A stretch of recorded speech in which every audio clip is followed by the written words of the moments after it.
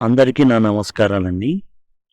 School assistant English ఎవరైతే literature part అయన్నీ మీకు అవసరమై ఉంటాయో ఇక్కడ మీకు అందుబాటులో ఉంటాయి. పీసీవీ ఇంగ్లీష్ essay.blogspot.com చూడండి. ఇక్కడ మీకు ఆఫ్ స్టడీస్, ఫ్రాన్సిస్ బేకన్‌కి సంబంధించి ఏదైతే ఫుల్ టెక్స్ట్ ఇవ్వబడింది యాజ్ వెల్ యాజ్ నోట్స్ ఇవ్వబడింది అండ్ 25 ఎంసీక్యూస్ అనేవి ఎక్స్‌ప్లెయిన్ చేయబడినాయి. ఎంసీక్యూస్ ఇవ్వబడ్డాయి. అట్లానే వాట్ మేక్స్ ఎ నేషన్ అందులో 25 ఎంసీక్యూస్ ఇచ్చినటువంటి పీడిఎఫ్ ఇక్కడ అవైలబుల్గా ఉంటుంది. మీరు క్లిక్ చేయగానే ఈ విధంగా ఓపెన్ అవుతుంది. యానిమల్ ఫామ్ ఉంది. ఇక్కడ 250 ఎంసీక్యూస్ ఉన్నాయి. ఇప్పుడు మీరు ఇది క్లిక్ చేయగానే మీకు ఇక్కడ క్లిక్ చేయగానే ఓపెన్ అవుతుంది అనమాట. ఇట్లా పీడిఎఫ్స్ కాస్ట్ కొంచెం పడ్డాయి అండ్ మిగతా అన్నీ కూడా ఫ్రీనే. ఏదైతే వీడియోస్ ఉన్నాయో అన్నీ ఫ్రీనే. వీడియోస్ చూసి రాసుకోవచ్చు. అవసరం అయితేనే ఈ పీడిఎఫ్స్ అనేవి మీరు తీసుకోవచ్చు. ఇంజిన్ ట్రబుల్ ఉంది అండ్ ఫుల్ టెక్స్ట్ ఉంది, నోట్స్ ఉంది అండ్ 50 క్వశ్చన్స్ ఏవైతే ఎంసీక్యూస్ ఉన్నాయో అన్ని పీడిఎఫ్లో ఇవ్వబడ్డాయి. అట్లానే మీకు ఇంపార్టెన్స్ ఆఫ్ బీయింగ్ అర్నెస్ట్ కూడా ఇవ్వబడింది, కొత్తగా చేర్చబడింది. ఇక ఉన్నాయి 12th నైట్ రెడీగా ఉంది, అప్డేట్ చేయాల్సి ఉంది. అట్లానే మార్కింగ్ వర్డ్ కూడా ఇవి కూడా అప్డేట్ చేయబడతాయి. అట్లానే ఇప్పుడు ఏదైతే చెప్తున్నామో మెథడాలజీకి సంబంధించి ఇక్కడ ఉంటాయి మీకు అయిపోగానే ఇక్కడ మీకు మెథడాలజీకి సంబంధించిన ఏవైతే ఉన్నాయో ఇక్కడ అప్డేట్ చేయడం జరుగుతుంది. దయచేసి గమనించండి. అప్రోచెస్, మెథడ్స్ అండ్ టెక్నిక్స్లో వచ్చేసి గ్రామర్ ట్రాన్స్లేషన్ మెథడ్ చూసాం, అట్లానే డైరెక్ట్ మెథడ్ చూసాం, బైలింగ్వల్ చూసాం, రీడింగ్ మెథడ్ చూసాం, ఓరల్ అప్రోచ్ చూసాం, పామర్ ఓరల్ అప్రోచ్ అనేది. ఇప్పుడు మనం స్ట్రక్చరల్ అప్రోచ్ అనేది చూస్తున్నాం. ఈ స్ట్రక్చరల్ అప్రోచ్ అనేది రావడానికి ప్రధాన కారణం వచ్చేసి యుద్ధం. The origin of this approach can be traced to linguists such as C C Fries and Robert Lado, America. ఈ సిసి ఫ్రైస్ కానీ రాబర్ట్ లాడో ఈ భాషా శాస్త్రవేత్తల యొక్క అధ్యయనం ప్రకారం ఏంటంటే ఏదైనా భాష నేర్చుకోవాలంటే కొన్ని స్ట్రక్చర్స్ ఉంటాయి. మనం seven basic simple sentence structures అనేవి ఇంగ్లీష్లో ఉంటాయి. మన మెథడాలజీలో ఆ 7 బేసిక్ సెంటెన్స్ స్ట్రక్చర్స్ని అయితే ఇవ్వడం జరిగింది. అవి నేర్చుకుంటే మనం కొంతవరకు భాషని కట్టుదిట్టంగా ఏం చేయొచ్చు అంటే నేర్చుకోవచ్చు. ఆ ఉద్దేశంలో చెప్పబడింది అనమాట. అయితే తర్వాత ఏం జరిగిందంటే వీళ్ళు చెప్పడం ప్రకారం ఏంటంటే లాంగ్వేజ్ అనేది సెట్ ఆఫ్ స్ట్రక్చర్స్, ప్యాటర్న్స్, వాటిని గనక మాస్టరీ చేస్తే ఆ లాంగ్వేజ్ యొక్క సెంటెన్స్ని గనక మాస్టరీ చేస్తే, సెంటెన్స్ స్ట్రక్చర్స్ని గనక బాగా నేర్చుకుంటే ఆ లాంగ్వేజ్ మనకు వచ్చేసినట్టే అని చెప్పారు. అయితే 240 స్ట్రక్చర్లు దాకా ఇంగ్లీష్లో ఉన్నాయనే సంగతి తర్వాత తెలిసింది. ఇప్పుడు అసలు ఈ స్ట్రక్చరల్ అప్రోచ్ అనేది ఎలా వచ్చింది? ఈ స్ట్రక్చరల్ అప్రోచ్ రావడానికి ప్రధాన కారణం యుద్ధాలండి. ఈ యుద్ధాల్లో ఏం జరిగిందంటే ఇప్పుడు రష్యా కానివ్వండి, బ్రిటన్ కానివ్వండి, ఫ్రాన్స్ కానివ్వండి, ఇవన్నీ కూడా కలిసి పోరాడుతున్నాయి. ఎవరి మీద? జర్మనీ మీద పోరాడుతున్నాయి. జర్మనీ మీద పోరాడేటప్పుడు ఇప్పుడు రకరకాల భాషలు కలిగినటువంటి రకరకాల వ్యక్తులు ఈ సైన్యంలో ఉన్నారు.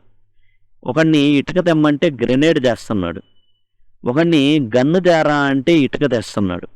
ఈ రకంగా భాషలో వైవిధ్యం వల్ల చాలా ప్రాబ్లమ్స్ అయినాయి. అలానే చెప్పేవాడు జరిగిపోయిందో జరగబోతుందో చెప్పేది కూడా వీళ్ళకి అర్థం కావట్లా. ఏం చేయాలి? అప్పుడు ఇంగ్లీష్ టీచర్స్ని పిలిచారు.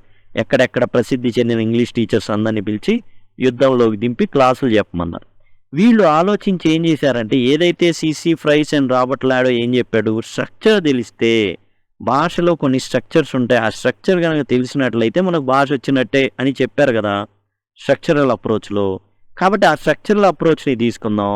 కొన్ని బేసిక్ ఒక 7 ఉన్నాయని చెప్పుకున్నాం కదా, ఆ 7ని మనం ఏం చేద్దామంటే ఇంప్లిమెంట్ చేద్దాం. 7ఏ కాకుండా అడిషనల్గా వీళ్ళ కమ్యూనికేషన్ చేయడానికి ఏవైతే అవసరమో, సపోజ్ మనం క్లాస్లో అనుకుందాం ఏ స్ట్రక్చర్ ముందుగా అవసరం అవుతుంది అంటే మే స్ట్రక్చర్ అనేది యూజ్ అవుతుంది. Subject plus may plus V1 plus object.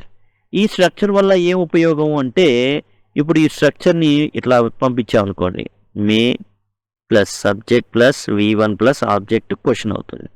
May I come in sir అనడానికి ఉపయోగపడే స్ట్రక్చర్ అన్నమాట ఇది. వాడికి దానికి అర్థం ఏం తెలియనక్కర్లా. పిల్లోళ్ళు అది పర్మిషన్ అడగాల. ఏమని అడగాల? మే ఐ కమిన్ సార్ అనగాలి. దాని అర్థం ఏంటో తెలియదు, ఏం తెలియదు. మే ఐ కమిన్ సార్ అనే దానికి అర్థం ఏంటో తెలియదు. జస్ట్ లోపలికి వస్తుంటే ఏం చెప్పాలా? May I come in. May I కమిన్స్ కాస్త my come in sir, my come in అని చెప్తాడు. మే ఐ కాదు మై కమిన్ సార్ అంటాడు. ఎందుకని? వాడికి ఏముందో తెలియదు. కాకపోతే యుద్ధం జరుగుతుంది కాబట్టి అలాంటి సందర్భాల్లో అర్థంతో పని లేదు. ముందు ఈ యుద్ధం నుంచి బయటపడాల. ఇక్కడ ఉన్నటువంటి ఎవరైతే వ్యక్తులు ఉన్నారో వాళ్ళందరికీ పని జరగాల. కాబట్టి వీటి గురించి పెద్దగా ఆలోచించలా. ఈ స్ట్రక్చర్స్ని వేరే దేశాల యొక్క సైనికుల మీద రుద్దేశారు. మొత్తానికి సక్సెస్ అనేది సాధించారు. సక్సెస్ సాధించి మరి వాళ్ళు మెడల్స్ పొందారు, రకరకాల అవార్డులు పొందారు. అలాంటి అవార్డులు పొందిన వాళ్ళు మరి మళ్ళీ టీచర్లుగా స్కూల్కే రావాలి. టీచర్ ప్రమోట్ అయితే స్కూల్కే రావాలి, వేరే ఎక్కడికి పోడు. కాబట్టి స్కూల్కే వచ్చారు వీళ్ళందరూ. అవార్డులు, రివార్డులు, మెడల్స్ పొందిన టీచర్స్ అని వచ్చి మన యుద్ధంలో ఈ స్ట్రక్చరల్ అప్రోచ్ని తీసుకెళ్ళాము, బాగా సక్సెస్ అయ్యాం. కాబట్టి ఇదే పద్ధతిని క్లాస్ రూమ్లో ప్రవేశపెడదాం. దాంతో స్ట్రక్చరల్ అప్రోచ్ అనేది చాలా వేగవంతంగా మొత్తానికి వర్ధమాన దేశాలు, మూడో ప్రపంచ దేశాలన్నీ క్లాసుల్లోకి స్ట్రక్చరల్ అప్రోచ్ అనేది వెళ్ళిపోయింది. ఇదేంటంటే స్ట్రక్చర్ నేర్పిస్తారు. ఇందాక మనం చెప్పాం కదా, మే ఐ కమిన్ అని నేర్పడానికి మే స్ట్రక్చర్ని నేర్పిస్తారు. Subject plus may plus V1 plus object. దాన్ని గనక మనం ఇంట్రాగేషన్ మెథడ్లో మారిస్తే may plus subject plus V1 plus object ఈ విధంగా తయారవుతుంది. మే ఐ కమిన్ సార్ అవుతుంది. దీనికి ఎక్కువగా సబ్స్టిట్యూషన్ టేబుల్స్ని వాడారు ఈ స్ట్రక్చరల్స్ ఏదైతే అప్రోచ్ నేర్పించడానికి. ఇది చాలా సింపుల్. ఇదిగోండి ఇట్లా ఉంటుంది. ఇప్పుడు మే ఐ కమినే నేర్పియాలి. దాన్ని ఎట్లా నేర్పించవచ్చు? మే అనేది ఉంటుంది, ఇక్కడ ఐ ఉంటుంది. మే I go question mark, May I come in, may I leave, ఈ విధంగా ఉంటుందన్నమాట. కాబట్టి పిల్లవాడు ఏం చేస్తాడంటే సబ్స్టిట్యూషన్ టేబుల్లో మే I go sir, may I come in sir, may I leave sir, ఈ విధంగా పిల్లవాడు చెప్తాడు. దాని అర్థం ఏం తెలియనక్కర్లా, వాడేడే. కాకపోతే వాడికి ఎప్పుడు చెప్తారు, నువ్వు లోపలికి రావాలంటే నా పర్మిషన్ అడగాలి, మే ఐ కమిన్ అని అనాలి. వెళ్ళాలనుకుంటే మే ఐ గో సార్ అనాలి. కాబట్టి పిల్లవాడికి అర్థమైన అర్థంలో అదొక కోడ్ లాంగ్వేజ్ లాగా చెప్పేస్తాడు. ఇందులో ఇప్పుడు సబ్స్టిట్యూషన్ టేబుల్స్లో ఏం జరిగిందంటే సింటగమాటిక్ రిలేషన్ అంటే ఏంటంటే భాషని మనం ఇంగ్లీష్ ఉందండి, ఇప్పుడు లెఫ్ట్ టు రైట్ ఇలా రాసుకుంటూ పోతాం. ఏదైనా రిలేటెడ్ ఇలానే ఉంటుంది, అవునా? ఇలానే చూస్తాం, హారిజాంటల్గానే చూస్తాం, వర్టికల్గా చూడం. అలాంటి రిలేషన్ని ఏదైతే ఉందో దాన్ని సింటగమాటిక్ రిలేషన్ అంటారు. Words in a sentence are related to each other in horizontal manner. సమాంతరంగా. అదిగోండి మనం ఇలా చదువుతున్నాం కానీ syntagmatic other called a boy ఇలా చదువుతున్నామా? ఇలా చదవట్లా మనం, ఇలా చదువుతున్నాం మనం. వర్టికల్గా చదవట్లా, హారిజాంటల్గా ఇలా వెళ్తున్నాం తప్పించి ఇలా చదవట్లా, ఇలా నిలువుగా కాలంలాగా చదవట్లా. కాబట్టి దీన్ని సింటగమాటిక్ రిలేషన్ అంటారు. సింటాక్స్ రూల్, సింటాక్స్ అంటే వర్డ్ ఆర్డర్ అనేది మనం చూస్తాం, హారిజాంటల్గా చదువుకుంటూ వెళ్తాం. దీన్నే సింటగమాటిక్ రిలేషన్ అంటారు. ఏ బాయ్ గోస్ టు స్కూల్, ఇది సింటగమాటిక్ రిలేషన్ అనమాట. ఏ బాయ్ గోస్ టు స్కూల్. మరి వర్టికల్గా కూడా ఉంటుందా అంటే ఉండదు, కానీ ఉంటుంది. ఎలా? పారాడిగ్మాటిక్ రిలేషన్ కూడా ఉంటుంది అని కొంతమంది చెప్పడం జరిగింది. అది ఎట్లా అంటే ability of words to replace each other without altering the structure are set to a paradigmatic relation. ఎప్పుడైనా సరే, ఇప్పుడు చూడండి, goes to school, a boy goes to school. ఇప్పుడు ఏ బాయ్ బదులు ఏ గర్ల్ పెట్టుకోవచ్చు, ఏ మ్యాన్ అని పెట్టుకోవచ్చు, ఏ ఉమెన్ అని పెట్టుకోవచ్చు, క్యాట్ పెట్టుకోవచ్చు, ర్యాట్ పెట్టుకోవచ్చు. ఇట్లా ఏ నౌన్ అయినా ఇక్కడ ప్లేస్ చేయొచ్చు. దీన్ని పారాడిగ్మాటిక్ రిలేషన్. ఇది ఎట్లా ఉంటుంది? సపోజ్ చూడండి, ఇక్కడ నేనేం చేస్తానంటే దీనికి రాసుకోవడానికి వీలుగా ఇక్కడ నేను ఏ గర్ల్, మ్యాన్, ఇక్కడ ఉమన్, ఇలా నేను పైన పెడతా. ఉమన్ గీత, బాయ్ గీత, గర్ల్ గీత, మ్యాన్ గీత. ఇప్పుడు రాసుకునేవాడు అంటే పిల్లవాడు ఏం చేస్తాడు, సబ్స్టిట్యూషన్ టేబుల్ని పెట్టేసి రాసుకుంటాడు కదా, వాడే సెంటెన్స్ స్ట్రక్చర్ రాసుకుంటాడు కదా. ఇప్పుడు వాడు రాసుకుంటాడు ఎట్లా? A boy goes to school, a girl goes to school, a man goes to school, woman goes to school, ఇలా రాస్తాడు. ఈ ఎట్లా ఉన్నాయి? వర్టికల్గా ఉన్నాయి. దీంతో ఏం జరుగుతుంది? గ్రామటికల్ స్ట్రక్చర్ ఏదైతే ఉందో ఆల్టరింగ్ అవ్వట్లా. ఈ గ్రామటికల్ స్ట్రక్చర్ అనేది మార్పు చెందట్లా. మార్పు చెందకుండానే రకరకాల సెంటెన్స్ అనేవి నౌన్లు మార్చేసి రాసేసుకుంటున్నాం. ఇది కూడా ఉంటుంది అని చెప్పారు. కాబట్టి దానికి కూడా ఒక పేరు పెట్టారు, అదేంటంటే పారాడిగ్మాటిక్ రిలేషన్ అనేసి. ఈ స్ట్రక్చరల్ అప్రోచ్ ఎప్పుడైతే వచ్చిందో దాంతో ఒక ప్రాబ్లం వచ్చింది. ఏంటంటే అర్థం లేని చదువు వ్యర్థం అబ్బాయ్. నీకు ఏదైతే నేర్పిస్తానో అర్థం తెలుసా? మై కమిన్ అన్నావు. ఏంట్రా దానికి అర్థం? తెలీదు. అర్థం లేని చదువు వ్యర్థం. స్ట్రక్చరల్ అప్రోచ్ అనేది యుద్ధం సమయంలో ఉపయోగపడిందేమో కానీ ఇప్పుడు మాత్రం ఉపయోగపడదురా అబ్బాయి అని చెప్పడం జరిగింది. దాంతో వీళ్ళు ఏం చేశారు, అట్లా కాదు లాభం లేదు, దీనికి మీనింగ్ కూడా తగిలించాలి అనేసి మీనింగ్ కూడా చెప్పడం మొదలుపెట్టారు. అంతేకాదు సిచ్యువేషన్ని క్రియేట్ చేయడం మొదలుపెట్టారు. ఇది ఉట్టిగా చెబితే కుదరదు. May I come in, may I go ఇట్లా ఉట్టిగా నేర్పించేస్తే కుదరదు. ఏం చేయాలంటే ఒక అర్థవంతమైన సిచ్యువేషన్. సపోజ్ నువ్వు బ్యాంక్కి వెళ్ళావనుకో, లేదు కూరగాయలు కొనడానికి వెళ్ళావనుకో, అప్పుడు కాన్వర్జేషన్ ఇది. సపోజ్ నువ్వు స్కూల్కి వచ్చావు, టీచర్ గారిని పర్మిషన్ అడగాలి. మే ఐ కమిన్ సార్ అంటావు. అప్పుడు టీచర్ గారు ఏమంటారు, మనం ఏ స్ట్రక్చర్ నేర్పించాము పిల్లోడికంటే మే structure నేర్పించాం. Subject plus may plus V1 plus object అనేది నేర్పించేసాం. ఇప్పుడు పిల్లవాడు ఏం చేస్తాడు అంటే మే ఐ కమిన్ సార్, నేను లోపలికి రావచ్చా అని అడుగుతాడు. దానికి అర్థం కూడా చెప్తావు. ఏమని అంటున్నావు అంటే నువ్వు మే ఐ కమిన్ అంటున్నావు, దాని అర్థం ఏంటంటే నేను లోపలికి రావచ్చా అనేసి అడుగుతున్నావు. ఓకే, ఇప్పుడు పిల్లవాడు అప్పుడు టీచర్ ఏం చేయాలి, ఎస్ యూ మే కమిన్. అప్పుడు టీచర్ ఏం చేయాలి, యూ మే కమిన్. ఈ విధంగా తర్వాత నువ్వేమైనా అడగాలనుకున్నావు, మరి may I take this book sir, yes you may take. అట్లా మే స్ట్రక్చర్ అనేది రిపీట్ అవుతూ ఉంటుంది ఆ సెంటెన్స్లో. పిల్లవాడికి కూడా అర్థమవుతూ ఉంటుంది, ఆహా నేను తీసుకోవచ్చా. May I drink water sir, may structure అంతా yes you may drink water అంటాడు, టీచర్ గారు అంటారు. అట్లా స్ట్రక్చర్ అనేది ఒక సిచ్యువేషన్ని క్రియేట్ చేశారు. క్లాస్ రూమ్ సిచ్యువేషన్ క్రియేట్ చేసి నీళ్లు తాగడానికి, బయటికి వెళ్ళడానికి, పుస్తకం తీసుకోవడానికి ఇట్లా వాడతారనేసి సిచ్యువేషన్ చెప్పడం జరిగింది. అంతటితో అలా ఓరల్ డ్రిల్స్ అనేవి ఇవ్వడం చేశారు. దాంతో ఈ అప్రోచ్కి స్ట్రక్చరల్, ఓరల్, సిచ్యువేషనల్ అప్రోచ్ అనేది వచ్చింది. యుద్ధంలో అంత సక్సెస్ అయినటువంటి ఈ అప్రోచ్ ఫెయిల్ కాదు. ఎందుకు కాదు అంటే అక్కడ సక్సెస్ అయింది కాబట్టి క్లాస్ రూమ్లో కూడా సక్సెస్ చేయాలని SOS అప్రోచ్ని చాలా మాడిఫికేషన్స్ చేసి స్ట్రక్చరల్ అప్రోచ్ని ఓరల్ డ్రిల్స్ ఇవ్వడం వల్ల స్ట్రక్చరల్ ఓరల్ అయింది. సిచ్యువేషన్స్ని క్రియేట్ చేయడం వల్ల స్ట్రక్చరల్ ఓరల్ సిచ్యువేషనల్ అప్రోచ్ అయింది.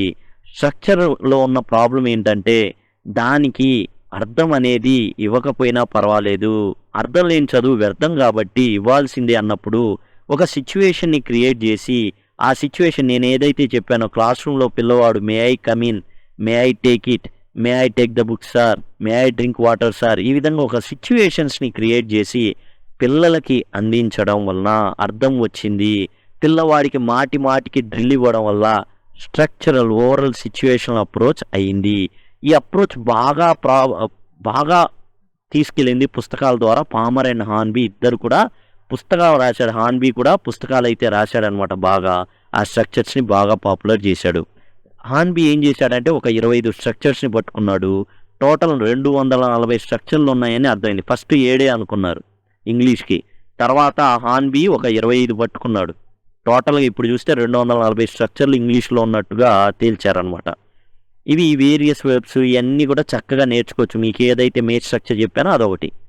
ఇండియాలో స్ట్రక్చరల్ అప్రోచ్ ఇప్పుడు ఎట్లా అయితే స్పోకెన్ ఇంగ్లీష్ ఇన్స్టిట్యూట్స్ ఉన్నాయో, జీన్ ఫారెస్టర్ అప్పట్లోనే మద్రాస్ ELT క్యాంపెయిన్ని నడిపించేవాడు. మద్రాస్కి వచ్చేసి ఇంగ్లీష్ నేర్పించడం ఒక పెద్ద క్యాంపెయిన్. ఒక సమ్మర్లోనే వచ్చి మెల్ట్ ప్రోగ్రామ్ పెట్టేవాడు. ఈ మెల్ట్ ఏంటంటే Madras English language teaching campaign పెట్టేసి ఇక కొంత ఫీజు రుసుము తీసుకొని మొత్తం చెప్పడం అనమాట. ఆ విధంగా చేయడం జరిగింది. ఇక స్ట్రక్చరల్ సిలబస్ ఏంటి అంటే గ్రామటికల్ సిలబస్ ఉంటుంది, గ్రామర్కి సంబంధించిన సిలబస్ ఉంటుంది. గ్రామర్ స్ట్రక్చర్స్ అనేవి ఇవ్వబడతాయి. అవి కూడా ఎట్లా ఇవ్వబడతాయి అంటే ఒక ఆర్డర్లో సెలెక్టెడ్గా ఆర్డర్లో ఇవ్వబడతాయి. ఆర్గనైజ్డ్ ఇన్ గ్రేడెడ్ మేనర్, గ్రేడులుగా first grade, second grade, third grade, ఈ విధంగా గ్రేడుల వారిగా సింపుల్ టు కాంప్లెక్స్. ఫస్ట్ దాంట్లో సింపుల్గా ఉంటే సెకండ్ దాంట్లో ఇంకొంచెం కష్టం, థర్డ్ దాంట్లో ఇంకొంచెం కష్టం. ఆ విధంగా ఓవరాల్ అప్రోచ్ అని చెప్పుకున్నాం. అంటే ఇన్ని కోరల్ డ్రిల్స్ ఉంటాయి, మాటి మాటికి చెప్తూ ఉంటారు. May I come in sir, may I go out sir, may I drink water sir, ఈ విధంగా రిపీట్ చేస్తూ ఉంటారు. Only one structure was taught at a time. ఒకే సమయంలో ఒక్క స్ట్రక్చర్ని మాత్రమే నేర్పించడం జరుగుతుంది. అన్ని స్ట్రక్చర్ని కలిపి ఒకసారిగా నేర్పించకూడదు. Mother tongue was completely banned. Structural oral సిచ్యువేషన్లో కాదు, స్ట్రక్చరల్లో మాత్రమే మదర్ టంగ్ అనేది అస్సలు వాడకూడదు. Meaning was not given importance. స్ట్రక్చరల్లో మీనింగ్ అస్సలు ఇవ్వాల. పిల్లవాడు just may I come in sir అంటాడు, వచ్చేస్తాడు అంతే.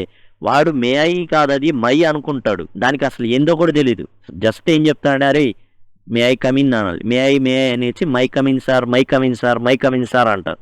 మై కమిన్ సార్ అంతే.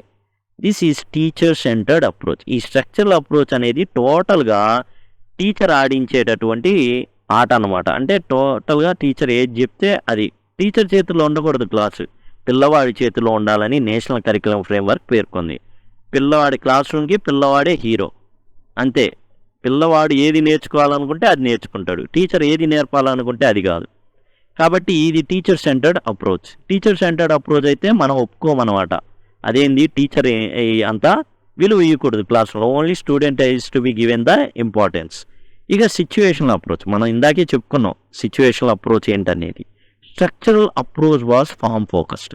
స్ట్రక్చర్ అప్రోచ్కి స్ట్రక్చర్ అంటేనే ఫామ్ అంటే ఏంది, subject plus may plus V1 plus object, ఇది ఒక స్ట్రక్చరు. ఇది ఫామ్ ఫోకస్డ్ అయిపోయింది. Laid emphasis on learning of grammar, meaning was ignore. ఇప్పుడు మే ప్లస్ V1 ప్లస్ ఆబ్జెక్ట్ ఏం నేర్పిస్తున్నా, ఇది స్ట్రక్చర్ నేర్పిస్తున్నా. యాక్చువల్గా మే తర్వాత V1 అనేది గ్రామర్ రూల్ నేర్పిస్తున్నాం అంతర్గతంగా. మీనింగ్ ఏం లేదు ఫస్ట్లో స్ట్రక్చర్లో, కానీ SOSలో ఉంది, SOS అప్రోచ్లో ఉంది. ఎందుకని, స్ట్రక్చర్ అప్రోచ్లో ఎప్పుడైతే లోపాలు ఉన్నాయన్నారో అప్పుడు వెంటనే ఓరల్ అప్రోచ్ తీసుకొచ్చారు, సిచ్యువేషనల్ అప్రోచ్ తీసుకొచ్చారు. ఓరల్ తర్వాత డ్రిల్స్ ఇవ్వడం మొదలుపెట్టారు. In situational approach learners could produce sentences that either had no meaning or learner did not understand. ఈ సిచ్యువేషన్ని క్రియేట్ చేశారు. ఇప్పుడు ముందు ఏం జరిగింది, స్ట్రక్చర్ని నేర్పించారు, బాగానే ఉంది. అది పిల్లవాడు అంటున్నాడు, సిచ్యువేషన్ని క్రియేట్ చేశారు. పిల్లవాడు అంటున్నాడు, మే I come in sir, may I go out sir, may I drink water sir. ఇది పద్ధతి. సిచ్యువేషన్ పరంగా పిల్లవాడు చెప్తా ఉన్నాడు, కానీ దానికి అర్థం ఏంటో తెలియదు. To overcome this new approach was thought that was situational approach. ఈ విధంగా ఒక సిచ్యువేషన్ క్రియేట్ చేశారు. తర్వాత దానికి ఏం చేశారంటే అర్థాన్ని చెప్పడం మొదలుపెట్టారు. అర్థం లేని చదువు వ్యర్థం కదా, మరి స్ట్రక్చరల్ అప్రోచ్కి అర్థమే మీరు అసలు చెప్పట్లేదు కదా, మై కమిన్ అంటున్నాడు కదా, మరి ఏంటి అంటే సిచ్యువేషన్ క్రియేట్ చేస్తే పిల్లవాడికి సిచ్యువేషన్ క్రియేట్ చేశారు కాబట్టి అర్థమైపోతాం, ఓహో లోపలికి రావచ్చా, బయటికి పోవచ్చా, నీళ్లు తాగొచ్చా, ఇట్లా అన్నమాట అనేసి. తర్వాత ఓరల్ డ్రిల్లింగ్ అనేది ఇవ్వడం జరిగింది. The syllabus in this approach is set of situations. ఇందులో సిలబస్ ఏంటంటే సిచ్యువేషనల్ అప్రోచ్లో షాపింగ్ మాల్లో ఎలా మాట్లాడాలి, స్కూల్లో ఎలా మాట్లాడాలి, కాఫీ షాప్లో ఎలా మాట్లాడాలి, థియేటర్లో ఎలా మాట్లాడాలి, ఫ్రెండ్లో ఎలా మాట్లాడాలి, ఎలాంటివి ఉంటాయి ఇవన్నమాట. టోటల్గా సిలబస్ అనేది అని. అయితే సిచ్యువేషన్ అప్రోచే డిఫరెంటా కాదు, మనం చెప్పుకుంటుంది SOS అప్రోచ్. ముందు స్ట్రక్చరల్ అప్రోచ్ ఉంది, అది మీనింగ్ ఇవ్వడంలో ఫెయిల్ అయింది. తర్వాత సిచ్యువేషన్ అప్రోచ్ తెచ్చుకున్నారు. ఇక్కడ ఏం జరిగింది, కాంటెక్స్ట్ సందర్భానుసారంగా వాడబట్టి మీనింగ్ వచ్చింది. తర్వాత ఓరల్ డ్రిల్స్ ఇవ్వడం మొదలుపెట్టారు. దాంతో SOS అప్రోచ్గా ఇది స్థిరపడింది, చాలా పాపులర్ అయింది. ఇప్పుడు కమ్యూనికేటివ్ అప్రోచ్ అనమాట. ఈ SOS అప్రోచ్ అనేది భారతదేశంలో స్వాతంత్రం వచ్చినప్పుడు ఉన్న అప్రోచ్ ఏంటని అడిగితే SOS అప్రోచ్ లేదా సిచ్యువేషనల్ అప్రోచ్ అని మనం రాయాల్సి ఉంటుంది. ఎందుకు, 1939 నుంచి 45 వరకు రెండవ ప్రపంచ యుద్ధం జరిగింది. ఈ రెండవ ప్రపంచ యుద్ధ కాలంలో స్ట్రక్చరల్ అప్రోచ్ అనేది యుద్ధ సమయంలో టీచర్లు అక్కడ బోధించారు వాళ్ళు తర్వాత స్కూళ్ళల్లోకి వచ్చారు. కాబట్టి ఏ అప్రోచ్ అక్కడ బాగా ప్రబలిపోయింది భారతదేశం స్వాతంత్రం వచ్చిన తర్వాత అంటే 1945లో రెండవ ప్రపంచ యుద్ధం అయిపోయింది కాబట్టి 1947లో భారతదేశానికి స్వాతంత్రం వచ్చింది. కాబట్టి స్ట్రక్చరల్ అప్రోచ్ అనేది భారతదేశ స్వాతంత్ర సమయంలో ఉన్నది. Communicative approach. Human beings are social animals. మనుషులు సంఘజీవులు, అంటే కలిసిమెలిసి జీవించేవాళ్ళు. వాళ్ళు మాట్లాడకుండా ఉండలేరు. మాట్లాడకుండా నోరు కట్టేస్తే చచ్చిపోతారనమాట. మాట్లాడాలి, లేకపోతే కడుపు ఉబ్బిపోద్ది. కాబట్టి దానినే మనం ఎందుకు ఒక పాజిటివ్గా తీసుకొని ఒక అప్రోచ్ని తేగూడదు అలా వచ్చిందే కమ్యూనికేటివ్ లాంగ్వేజ్ టీచింగ్. మనిషి మాట్లాడతాడుగా, మాట్లాడుకోండి. పిల్లలారా మీరు మాట్లాడుకోండి. మాట్లాడని పిల్లలు, మాట్లాడలేని క్లాసు నిర్జీవమైంది. పిల్లలు మాట్లాడుకుంటూ ఉండాలి. ఏ భాషలో మాట్లాడుకోవాలి? మాతృభాషలో కాదు, ఇంగ్లీష్లో మాట్లాడుకోవాలి. అలా వచ్చిందే కమ్యూనికేటివ్ లాంగ్వేజ్ టీచింగ్. ఈ కమ్యూనికేటివ్ లాంగ్వేజ్ టీచింగ్లో పిల్లవాడు మాట్లాడడం ముఖ్యం. తప్పు మాట్లాడా, ఏం మాట్లాడా అనేది కానే కాదు. Several errors committed during learning of the first language are left uncorrected and child learns the language with more exposure to the language. ఇక్కడ ఏం చెప్తున్నాడంటే మాతృభాషలో ఎన్నో తప్పులు చేస్తా నేర్చుకుంటాడు. ఎవరైనా కరెక్ట్ చేశారా ఏంటి? మీరు ఎందుకు కరెక్ట్ చేయాలి ఇంగ్లీష్ టీచర్ అయి? You must have tolerance. కొంచెం పిల్లవాడు తప్పు మాట్లాడుతున్నా మీరు సహించాల. పిల్లవాడు ఏదైతే మాట్లాడుతుండడం వల్ల మీరు నేర్చుకున్నది పోతున్నా సరే మీరు చాలా సహనంతో వాడిని చాలా జాగ్రత్తగా, పిల్లవాడు తప్పు మాట్లాడుతున్నా సరే సహనంతో, ఓర్పుతో ఓర్చుకొని సెలెక్టివ్ ఎర్రర్ కరెక్షన్ మాత్రమే చేయాలి. అంతే తప్ప దొరికాడు కదా అని 100 తప్పులైతే 100 చెప్పారనుకోండి, వాడు ఏం చేస్తాడు? నాకు రావట్లేదని వదిలేస్తాడు. కాబట్టి వాడు ఉన్నది తప్పులు మాట్లాడడానికి, మీరు తిట్టడానికి కాదు, కొన్ని మాత్రమే సెలెక్ట్ చేసి మొత్తం అందరూ మాట్లాడేవి అన్నీ కూడా ఏదైతే తప్పులు ఉన్నాయో వాటి మాత్రమే బోర్డు మీద వాళ్ళకి చెప్పి మిగతావి గ్రామర్ డ్రిల్స్ ఇచ్చి గ్రామర్ నేర్పిస్తే ఆటోమేటిక్గా ఆ తప్పులన్నీ మాయమైపోతాయి అని చెప్తున్నారు. Language learning is a natural process. Language learning అనేది చాలా న్యాచురల్ ప్రాసెస్. మాట్లాడుకోనివ్వండి వాళ్ళని ఇంగ్లీష్లో. టీచర్కి ఏముండాలా? టాలరెన్స్ ఉండాలా, సహనం ఉండాలా, ఓపిక ఉండాలా. Errors are natural part of learning language. తప్పు చేయడం అనేది సహజం అండి. Learning happens best when atmosphere is relaxed. Atmosphere అనేది రిలాక్స్డ్గా ఉన్నప్పుడు, పిల్లవాడికి ప్రశాంతంగా ఉన్నప్పుడు, ఎలాంటి బాధ, భయము, నొప్పి లేనప్పుడు అతను ఏం చేస్తాడు? నేర్చుకుంటాడు. Learners receives encouragement. వాడికి నేర్చుకోవాలనే కోరిక పుడుతుందట. Language learning happens best when language is used with a purpose. ఎప్పుడు భాష నేర్చుకుంటాడంటే దాన్ని ఒక ఉద్దేశంతో గనక నేర్చుకుంటుంటే అప్పుడు ఆ పిల్లవాడు నేర్చుకోవడం అనేది జరుగుతుంది. CLT became popular as a reaction against structural teaching during 1970s, 80s under the leadership of Wilkins. ఈ కమ్యూనికేటివ్ లాంగ్వేజ్ టీచింగ్ అనేది విల్కిన్స్ పాపులర్ చేశాడు. స్ట్రక్చరల్ ఓరల్ సిచ్యువేషనల్ అప్రోచ్ అయ్యి జరుగుతూ ఉన్నాయి. విల్కిన్స్ ఏమో దీన్ని పాపులర్ చేశాడు. దీనికి ఓ సిలబస్ పెట్టాడు. దాని పేరు ఏంటంటే నోషనల్ సిలబస్ అని పెట్టాడు. ఈ threshold by van Ek and waystage by Trim అనేవి ఈ నోషనల్ సిలబస్కి ఉదాహరణలు అనమాట. ఈ నోషనల్ సిలబస్లో థ్రెషోల్డ్ అనేది ఒకటి, వేస్టేజ్ అనేది, వేస్టేజ్ కాదు WAY STAG, ట్రిమ్ అనే వేస్టేజ్ అని, థ్రెషోల్డ్ అని, వ్యానెక్ ఏమో థ్రెషోల్డ్ అనే బుక్స్ రాశాడనమాట. ఇక ఈ సిలబస్ని NS ప్రభు ఏం చేశాడంటే ప్రొసీజరల్ సిలబస్ అని పేరు పెట్టి ఆయన ఏం చేశాడంటే ఈ CLT కమ్యూనికేటివ్ లాంగ్వేజ్ టీచింగ్ని ప్రవేశపెట్టాడు అనమాట ఇండియాలో.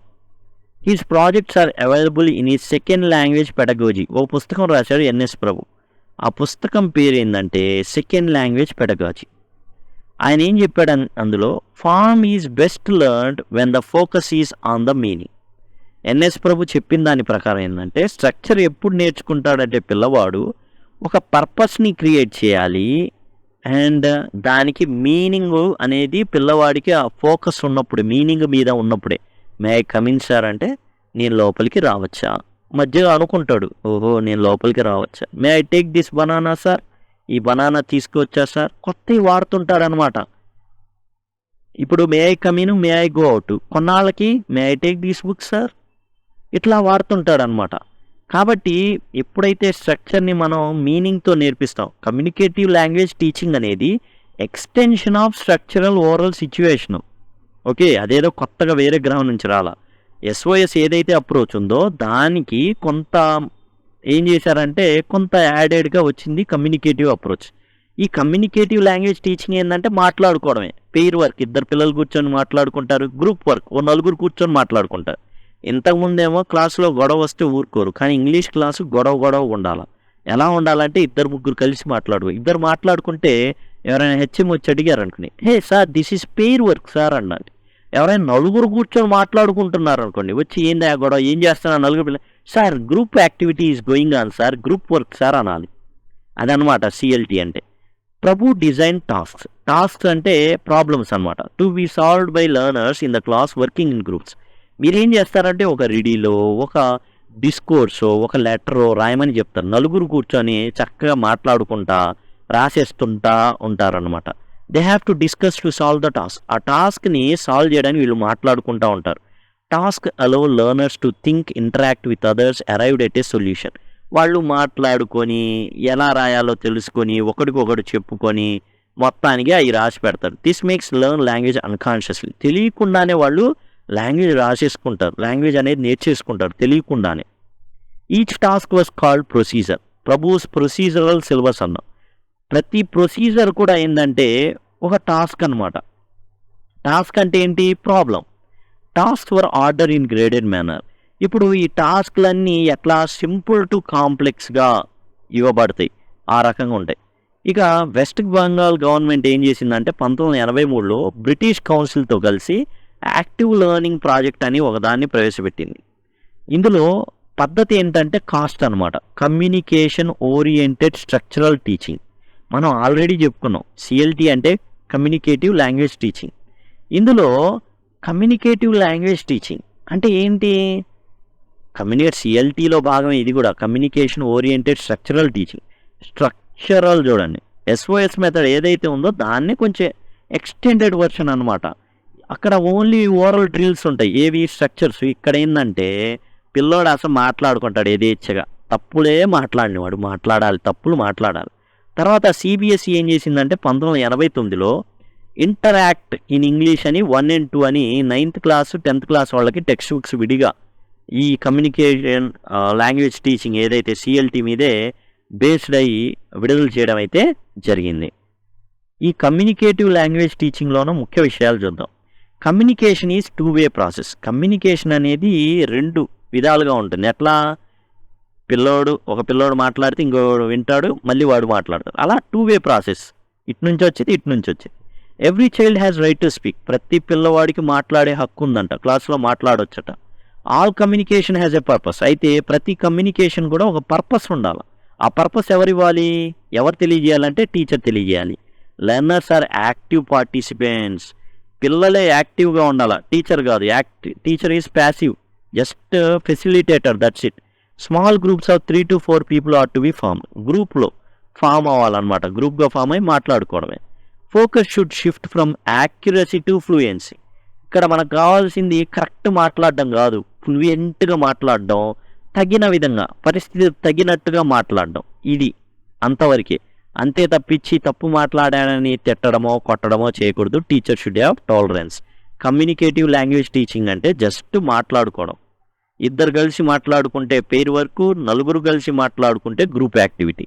అది అట్లా కమ్యూనికేటివ్ లాంగ్వేజ్ టీచింగ్లో మీరు ఒక పర్పస్ ఇస్తారంతే. అరే నువ్వు షాప్ కీపరు, ఈడేమో షాప్లో కొనడానికి వచ్చాడు, మాట్లాడుకుంటారా, ఇంకంతే.